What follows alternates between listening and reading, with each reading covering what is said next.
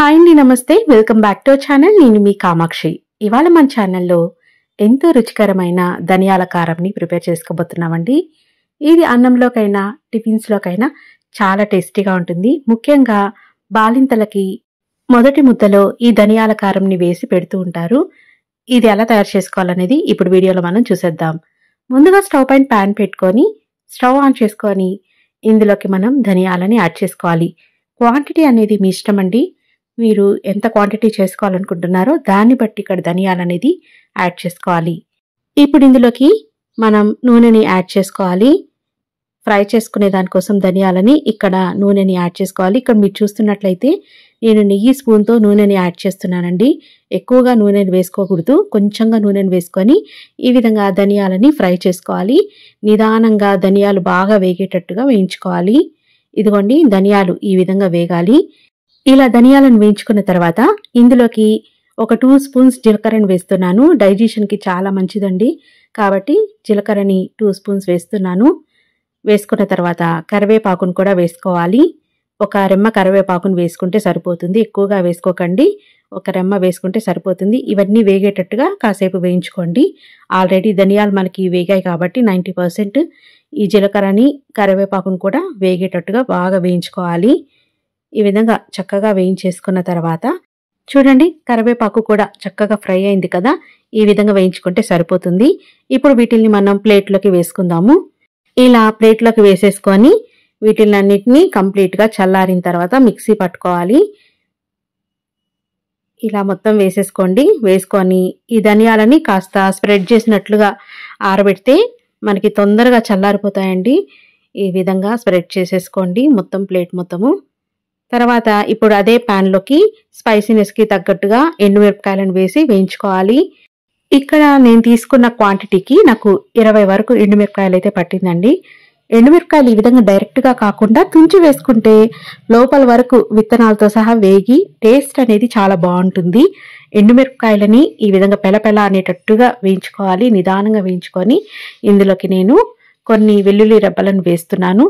వేసుకున్న తర్వాత ఇది టేస్టీగా ఉండడం కోసం చింతపండును కూడా వేసుకోవాలి. ఇప్పుడు ఇందులోకి చింతపండుని వేసుకోవాలి. చూడండి, ఇంత క్వాంటిటీ అయితే సరిపోతుంది. చింతపండు వేయడం వల్ల ఏంటంటే టేస్ట్ పొడికి చాలా బాగుంటుంది. ఇవన్నీ వేసుకున్న తర్వాత ఇందులోకి రుచికి సరిపడా సాల్ట్ వేసేస్తున్నాను. ఈ వేడి మీదే సాల్ట్ కూడా వేసేసుకోవాలి. ఎంత సరిపోతుందో అంత సాల్ట్ వేసుకొని ఇవన్నీ కంప్లీట్గా చల్లారిన తర్వాత ఇప్పుడు మనం వీటినన్నిటినీ మిక్సీ జార్లోకి వేసేసుకుందాము. ఇదిగోండి, మిక్సీ జార్లోకి వేసుకొని మెత్తగా పౌడర్ లాగా ప్రిపేర్ చేసుకోవాలి. మెత్తగా చేసుకుంటేనే బాగుంటుందండి. ధనియాలు కాబట్టి వీలైనంత వరకు ఎంత మెత్తగా వస్తే అంతవరకు మెత్తగా గ్రైండ్ చేసుకోవాలి. ఇదిగోండి, ఈ విధంగా మెత్తగా గ్రైండ్ చేసుకోవాలి. ఇలా గ్రైండ్ చేసుకొని ఏదైనా ఎయిర్టైట్ కంటైనర్లోకి స్టోర్ చేసుకోవడమే. అంతే అండి, ఎంతో టేస్టీగా ఉండి ధనియాల కారం రెడీ. అన్నంలోకైనా టిఫిన్లోకైనా చాలా టేస్టీగా ఉంటుంది. నోరు రుచించినప్పుడు ఇలా ట్రై చేయండి. ఈ ధనియాల కారం చాలా టేస్టీగా ఉంటుంది. మీకు ఈ రెసిపీ నచ్చినట్టయితే తప్పకుండా లైక్ చేసి షేర్ చేయండి. ఈరోజు మన ఛానల్లో ఎంతో టేస్టీగా పల్లీ పౌడర్ని ఎలా తయారు చేసుకోవాలో చూసేద్దామండి. ఇది టిఫిన్స్లోనే కాకుండా అన్నంలోకి కూడా చాలా బాగుంటుంది. పిల్లల నుంచి పెద్దల వరకు ఎంతో ఇష్టపడే ఈ పల్లీ పౌడర్ని ఎలా తయారు చేసుకోవాలనేది ఇప్పుడు వీడియోలో మనం చూసేద్దాం. ముందుగా స్టవ్ పైన ప్యాన్ పెట్టుకొని ఇందులోకి పల్లీలని యాడ్ చేసుకోవాలి. నేను ఈ గ్లాస్ కొలతతో 3 గ్లాసుల పల్లీలను తీసుకుంటున్నాను. ఇందులోకి నూనె ఏమీ యాడ్ చేయకుండా ఈ విధంగా వేయించుకోవాలి. ఈ పల్లీలు వేగేదానికి టైం అనేది కాస్త ఎక్కువగానే పడుతుంది. పేషెన్స్గా దీన్ని బాగా వేగేంత వరకు వేయించుకోండి. లేదంటే పొడి అనేది ముద్ద ముద్దగా వచ్చే అవకాశం ఉంటుంది. సో ఈ విధంగా బాగా 90% ఫ్రై అయిన తర్వాత ఇప్పుడు ఇందులోకి నేను స్పైసీనెస్కి తగ్గట్టుగా ఎండుమిర్చిని యాడ్ చేసుకుంటున్నాను. నేను తీసుకున్న క్వాంటిటీ ప్రకారం నాకైతే ఇక్కడ 20 ఎండుమిరపకాయలు అయితే సరిపోయాయండి. కనీసం 2-3 ఎక్స్ట్రా కూడా తీసుకోవచ్చు. మీ స్పైసీనెస్కి తగ్గట్టుగా ఇందులోకి యాడ్ చేసుకోవచ్చు. ఎండుమిరపకాయలను వేసుకొని మీకు అవసరమైతే 1 డ్రాప్ ఆయిల్ని యాడ్ చేసుకొని ఇప్పుడు ఫ్రై చేసుకోండి. ఎందుకంటే ఎండుమిర్చి యాడ్ చేసినప్పుడు మనం ఒక చుక్క నూనె బొట్టు వేసినట్లయితే ఎండుమిరపకాయలు అనేవి ఘాటు రాకుండా ఉంటుందండి. ఇది ఒక చిన్న టిప్ అన్నమాట.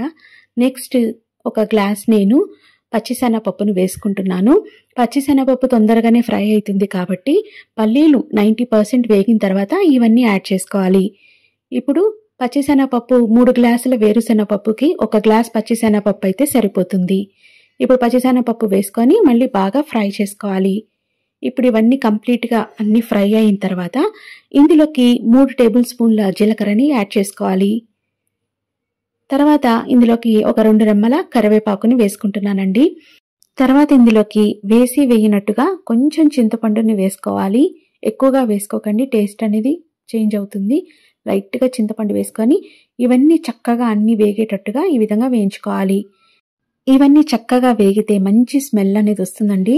సో ఈ విధంగా చక్కగా వేగాయి కదా, ఇప్పుడు స్టవ్ ఆఫ్ చేసేసుకొని వీటిలన్నిటినీ ఒక ప్లేట్లోకి ట్రాన్స్ఫర్ చేసుకోవాలి.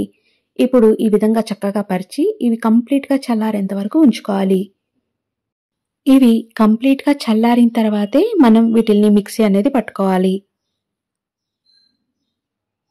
సో ఇవి కంప్లీట్గా చల్లారిన తర్వాత మనం మిక్సీ పట్టుకుందాం. పల్లీలు బాగా వేగాయో లేదో తెలిసే దానికోసము ఒక పల్లీని ఈ విధంగా తీసుకొని ఇలా గనక ప్రెస్ చేసినట్లయితే ఈ విధంగా పొట్టు అనేది రాలిపోవాలి. ఫస్ట్ టైం చేసే వాళ్ళ కోసం ఇది చెప్తున్నానండి. సో మీరు ఇదొక టిప్ అన్నమాట. ఒకవేళ ఇది గనక ఇలా పొట్టు గనక రాలేదనుకోండి, పల్లీలు సరిగ్గా వేగలేదని అర్థము. మళ్ళీ పల్లీలు బాగా వేయించుకొని మీరు మిక్సీ పట్టుకోండి, లేకపోతే ఈ పల్లి పొడి అనేది ముద్దగా అయిపోతుంది.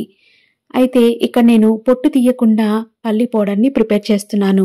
మీకు నచ్చితే పొట్టు తీసి వేసుకోవచ్చు, కానీ నేను పొట్టు తీయకుండానే ప్రిపేర్ చేస్తున్నానండి. ఈ పొట్టులో మనకి ప్రోటీన్స్, ఫైబర్స్, యాంటీ ఆక్సిడెంట్స్ ఉంటాయి. హార్ట్కి చాలా మంచిది. అంతేకాకుండా ఇందులో రెస్వెరాట్రాల్ అనే కాంపౌండ్ కూడా ఉంటుందండి. అది తీసుకోవడం వల్ల ఏంటంటే స్కిన్ అనేది చాలా గ్లో ఉంటుంది. సో అందుకని నేను ఇది పొట్టు తీయకుండా వేసేసుకుంటున్నాను.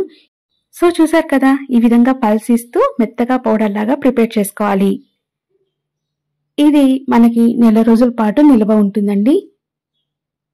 ఇప్పుడు దీన్ని ఒక కంటైనర్లోకి యాడ్ చేసేసుకుందాము.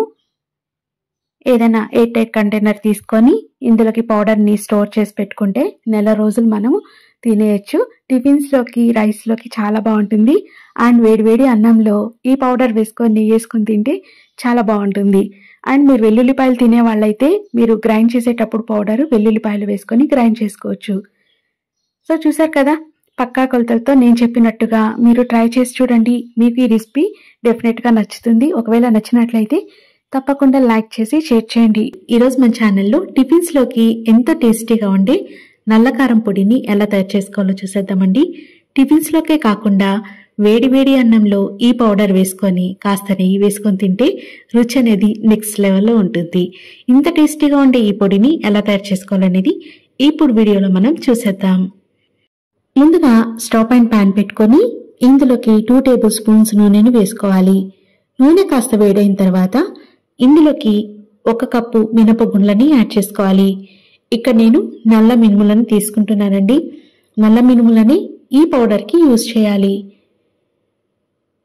నల్ల మినుములు యూజ్ చేయడం వల్ల టేస్టే కాదండి, కలర్ కూడా బాగుంటుంది. కాబట్టి మీరు ఈ పౌడర్కి అయితే మాత్రం నల్ల మినుములనే యూజ్ చేయాలి. ఒకవేళ ఇది లేని పక్షాన దబ్బలుగా ఉండే నల్ల మినుములని ఇందులోకి యూజ్ చేయాలి, కానీ రెగ్యులర్గా యూజ్ చేసుకునే మినుములని యూజ్ చేయకూడదు. వీటిల్ని బాగా దూరగా వేయించుకోవాలి. ఇవి వేగాయి లేదో తెలిసేదానికి మనకి మంచి సువాసన అనేది వస్తుందండి. అప్పుడు ఇవి వేగాయని అర్థము. ఇలా వేగిన తర్వాత ఇప్పుడు ఇందులోకి నేను స్పైసీనెస్కి తగ్గట్టు ఎండుమిర్చిని వేసుకుంటున్నాను. కనీసం 20 దాకా ఎండుమిర్చిలని ఇందులోకి యాడ్ చేసుకోవాలండి. ఇవి కాస్త స్పైసీగా ఉంటాయి కాబట్టి నేను ఇందులోకి 20 దాకా వేస్తున్నాను. అదే మీరు కనుక కొంచెం స్పైసీ తక్కువగా ఉండే కాయలను కనుక తీసుకున్నట్లయితే ఒక 25 కాయల దాకా అయినా పడుతుంది. ఈ విధంగా ఎండుమిరపకాయలను కూడా బాగా వేగినట్టుగా వేయించుకోవాలి. ఇక్కడ లో ఫ్లేమ్ పెట్టుకొని వేయించుకోండి. ఆల్రెడీ మనకి మినుములు వేగాయి కాబట్టి ఇవన్నీ లో ఫ్లేమ్లో పెట్టుకొని బాగా వేయించుకోండి. ఇప్పుడు 1/2 కప్ వచ్చేసి ధనియాలను తీసుకుంటున్నాను. ధనియాలను కూడా వేసుకున్న తర్వాత మళ్ళీ బాగా ఫ్రై చేసుకోండి. ఈ విధంగా చక్కగా ఫ్రై చేసుకోండి. లో ఫ్లేమ్ పెట్టుకొని వీటిని మనం ఫ్రై చేసుకోవాలి. ఆల్రెడీ మనకి మినుములన్నీ వేగిపోయాయి కాబట్టి లో ఫ్లేమ్లో పెట్టుకొని ఇవన్నీ ఫ్రై చేసుకోవాలి. తర్వాత ఇందులోకి 1 స్పూన్ జీలకర్రని వేసుకోవాలి. ఇవన్నీ వేసుకొని ఈ విధంగా బాగా వేయించుకున్న తర్వాత శుభ్రపరిచిన కరివేపాకుని తడి లేకుండా ఇందులోకి వేసుకోవాలి. కరివేపాకు కూడా బాగా పెళపెళలాడుతూ వేగేటట్టుగా వేయించుకోవాలి. ఈ విధంగా చక్కగా వేగిన తర్వాత ఇప్పుడు ఇందులోకి వెల్లుల్లి రెబ్బలను వేసుకోవాలి. ఇలా వీటిలన్నింటినీ నేనైతే స్టవ్ ఆఫ్ చేసి ఇలా వేగినట్టుగా చేస్తున్నాను. మనకి కరివేపాకు బాగా పెళపెళలాడుతూ ఇవన్నీ బాగా వేగిన తర్వాత ఇప్పుడు ఇందులోకి కొంచెం చింతపండు తీసుకొని ఈ వేడిగా ఉన్న వాటిల్లోనే ఈ చింతపండును కూడా వేసుకొని కాస్త ఫ్రై చేసినట్లుగా చేయాలి. ఇలా చేసినట్లయితే పొడి అనేది పాడవకుండా ఉంటుంది. తర్వాత వీటిలన్నిటినీ ఒక ప్లేట్లోకి వేసి బాగా చల్లారి పెట్టుకోవాలి. ఈ విధంగా చక్కగా పరిచి కంప్లీట్గా చల్లారిన తర్వాత దీన్ని మనం మిక్సీ పట్టుకోవాలి. ఇలా వేడిగా ఉన్న వీటిలలోకి కాస్త ఇంగువను కనుక వేసినట్లయితే టేస్ట్ అనేది చాలా బాగుంటుంది. కాబట్టి ఇక్కడ నేను కొంచెం ఇంగువని ఇందులోకి వేస్తున్నాను. ఇలా ఇంగువని వేసుకున్నాం కదా, తర్వాత ఇందులోకి కొన్ని వెల్లుల్లి రెబ్బల్ని కూడా వేసుకుందాము. ఇక్కడ నేను కనీసం 10 వెల్లుల్లి రెబ్బల్ని వేసుంటాను. పొట్టేం తీయక్కర్లేదండి వెల్లుల్లికి. ఈ విధంగా డైరెక్ట్గా వేసేసేయండి. ఇవన్నీ కంప్లీట్గా చల్లారిన తర్వాత మిక్సీ జార్లోకి ఇవన్నీ వేసుకొని రుచికి సరిపడా సాల్ట్ని వేసుకోవాలి. ఇప్పుడు మిక్సీ జార్ పైన మూత పెట్టేసుకొని పల్స్ ఇస్తూ దీన్ని మనం గ్రైండ్ చేసుకోవాలి. అయితే ఇది మరి మెత్తగా ఉండకూడదండి. అక్కడక్కడ ధనియాలు కాస్త కనపడుతూ అదేవిధంగా పప్పులు కూడా అక్కడక్కడ తగులుతూ ఉన్నట్టుగా దీన్ని మనం మిక్సీ పట్టుకోవాలి. ఇలా మిక్సీ పట్టుకున్న వెంటనే ఎయిర్టైట్ కంటైనర్లోకి వేసుకొని స్టోర్ చేసుకోకూడదు. ఈ విధంగా ప్లేట్లోకి వేసుకొని కాస్త చల్లారిన తర్వాత ఏదైనా గాజు సీసాలోకైనా అదేవిధంగా ఎయిర్టైట్ కంటైనర్లోకైనా స్టోర్ చేసుకోవాలి. అంతే అండి, టిఫిన్స్లోకే కాకుండా అన్నంలోకి కూడా ఎంతో టేస్టీగా ఉండే నల్ల కారం పొడి రెడీ. ఇది నెల రోజుల పాటు నిల్వ ఉంటుందండి. నేనైతే 15 రోజులకు ఒకసారి ఈ విధంగా ప్రిపేర్ చేసుకుంటాను.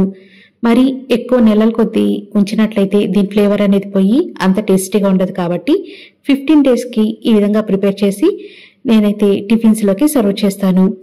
మీరు కూడా ఈ నల్లకారం పౌడర్ని ప్రిపేర్ చేయండి. నేను చెప్పిన కొలతలతో ప్రిపేర్ చేయండి. చాలా చాలా టేస్టీగా ఉంటుంది. ఈ రెసిపీ ట్రై చేసి మీకు ఈ రెసిపీ ఎలా వచ్చింది అనేది నాకు ఫీడ్బ్యాక్ ఇవ్వండి. రెసిపీ నచ్చినట్టయితే తప్పకుండా లైక్ చేసి షేర్ చేయండి. ఇవాళ మన ఛానల్లో నేను కొబ్బరి పొడిని ఎలా తయారు చేసుకోవాలో చూపిపోతున్నానండి. ఈ కొబ్బరి పొడి అన్నంలోకైనా టిఫిన్లోకైనా చాలా టేస్టీగా ఉంటుంది. ఇప్పుడు ఇది ఎలా తయారు చేసుకోవాలనేది వీడియోలో మనం చూసేద్దాం. ముందుగా స్టవ్ పైన ప్యాన్ పెట్టుకొని ఇందులోకి ఎండుమిరపకాయలని వేయించుకోవాలి. ఇక్కడ నేను 20 ఎండుమిరపకాయల దాకా తీసుకొని ఈ విధంగా తుంచుకొని ఇందులోకి యాడ్ చేస్తున్నాను. తర్వాత 2 డ్రాప్స్ ఆయిల్ని వేసుకొని వీటిని బాగా వేయించుకోవాలి. ఈ విధంగా తుంచుకొని వేసుకోవడం వల్ల ఇవన్నీ చక్కగా వేగిపోతాయి. ఇదిగోండి, ఈ విధంగా వేగితే సరిపోతుంది. మరి ఎక్కువగా వేయించితే ఘాటు అనేది ఎక్కువ వస్తుంది, మిరపఘాటు. కాబట్టి ఈ విధంగా వేగిన తర్వాత వెంటనే దీన్ని ప్లేట్లోకి తీసేసుకోండి. ఇదిగోండి, ఈ విధంగా వేగితే చాలు. వీటిని మనం ప్లేట్లోకి తీసేసుకోవాలి. ఈ విధంగా ప్లేట్లోకి తీసేసుకోండి. నెక్స్ట్ ఇందులోకి పచ్చిశనగపప్పు అదేవిధంగా మినపప్పును వేసి వేయించుకోవాలి. ఇక్కడ నేను 4 స్పూన్ల పచ్చిశనగపప్పును వేస్తున్నాను. అదేవిధంగా 4 స్పూన్ల మినపగుండ్లు కూడా వేసుకుంటున్నాను. విడివిడిగా అయినా వేయించుకోవచ్చు, లేకపోతే ఈ విధంగా కలిపైనా వేయించవచ్చు. తర్వాత ఇందులోకి కొంచెంగా ఆయిల్ని వేసుకొని కాస్త ఇవి గోల్డెన్ కలర్ వచ్చేంత వరకు వేయించుకోవాలి. లో ఫ్లేమ్లో పెట్టుకొని నిదానంగా వీటిని మనం వేయించుకోవాలి. ఇలా కాస్త వేగిన తర్వాత ఇందులోకి 2 స్పూన్స్ ధనియాలను వేసుకోవాలి. ధనియాలను వేసుకొని వీటిని మళ్ళీ బాగా ఫ్రై చేయండి. లో ఫ్లేమ్ పెట్టుకొని నిదానంగా ఈ దినుసులన్నీ గోల్డెన్ కలర్ వచ్చేంత వరకు మిక్స్ చేసుకుంటూ ఫ్రై చేసుకోవాలి. ఈ విధంగా నిదానంగానే వేయించుకోండి. చూడండి, ఈ విధంగా గోల్డెన్ కలర్ వచ్చిన తర్వాత వీటిని ఒక ప్లేట్లోకి వేసేసుకొని కంప్లీట్గా చల్లారనివ్వాలి. ఇవైతే చక్కగా వేగిపోయాయి. ఈ విధంగా ఉంటే సరిపోతుంది. ఇప్పుడు వీటిలన్నింటినీ ఒక ప్లేట్లోకి తీసేసుకుందాము. ఇప్పుడు మనము స్టవ్ ఆఫ్ చేసి ఈ వేడి ప్యాన్లోనే 150 గ్రామ్స్ కొబ్బరిని సన్నగా ఈ విధంగా కట్ చేసుకొని వేసుకోవాలి. వేడికి కాసేపు ఈ కొబ్బరిని ఈ విధంగా వేగనిచ్చినట్టుగా చేసుకోవాలి. ఆన్ చేయకండి, స్టవ్ ఆన్ చేసి చేయకండి. జస్ట్ ఈ ప్యాన్ హీట్కి కాస్త ఈ విధంగా ఫ్రై చేసినట్టుగా చేయండి, సరిపోతుంది. ఇప్పుడు చింతపండు కూడా ఒక చిన్న నిమ్మకాయంత సైజు చింతపండు ఈ విధంగా నారంతా తీసేసి ఈ విధంగా తీసుకోండి చింతపండుని. వీటిల్ని కూడా ఒక ప్లేట్లోకి వేసి కాస్త చల్లారనిచ్చినట్టుగా చేయండి. ఇవి కూడా కంప్లీట్గా చల్లారిపోవాలి. ఎండుమిరపకాయలు, అదేవిధంగా ఇక్కడ నేను గార్లిక్ కూడా వేసానండి. వెల్లుల్లి రెబ్బలు 12 తీసుకుంటున్నాను. 10 లేదా 12 వేస్తే సరిపోతుంది. తర్వాత పచ్చిశనగపప్పు, మినపగుండ్లు, ధనియాలను కూడా తీసుకున్నాను కదా, ఇవి కూడా కంప్లీట్గా చల్లారిన తర్వాత మనం మిక్సీ పట్టుకుందాము. ఇవన్నీ మొత్తం కంప్లీట్గా చల్లారిపోవాలి. చల్లారిన తర్వాతనే మనం గ్రైండ్ చేసుకోవాలి. ఇప్పుడు రుచికి సరిపడా సాల్ట్ని కూడా తీసుకోవాలి. ఇక్కడ నేను ఎండుమిరపకాయల ప్లేట్లోకి వేసేస్తున్నాను. సాల్ట్ చూసుకొని వేసుకోండి. ఇవన్నీ కంప్లీట్గా చల్లారిన తర్వాత మిక్సీ జార్ తీసుకొని ఇవన్నీ వేసి మనం గ్రైండ్ చేసుకుందాము. ముందుగా ఇక్కడ నేను చింతపండు రెబ్బలను వేస్తున్నాను. ఈ రెమ్మలను వేసుకున్న తర్వాత ఎండు కొబ్బరి ముక్కలను వేసేసుకోవాలి. ఎండు కొబ్బరి ముక్కలను వేసుకొని తర్వాత ఇందులోకి ఎండుమిరపకాయలు, అదేవిధంగా వెల్లుల్లి రెబ్బలు, ఉప్పును కూడా వేసేసుకోవాలి. ఈ విధంగా వేసుకొని ఫస్ట్ మూత పెట్టేసి మెత్తగా గ్రైండ్ చేయండి.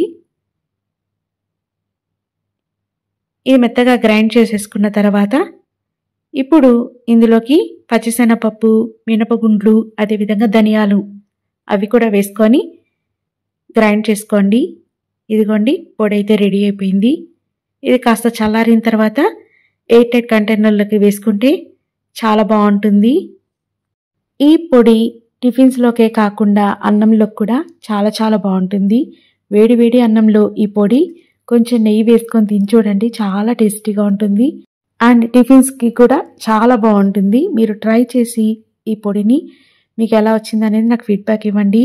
ఈ కొబ్బరి పొడి రెసిపీ మీకు నచ్చినట్టయితే తప్పకుండా లైక్ చేసి షేర్ చేయండి.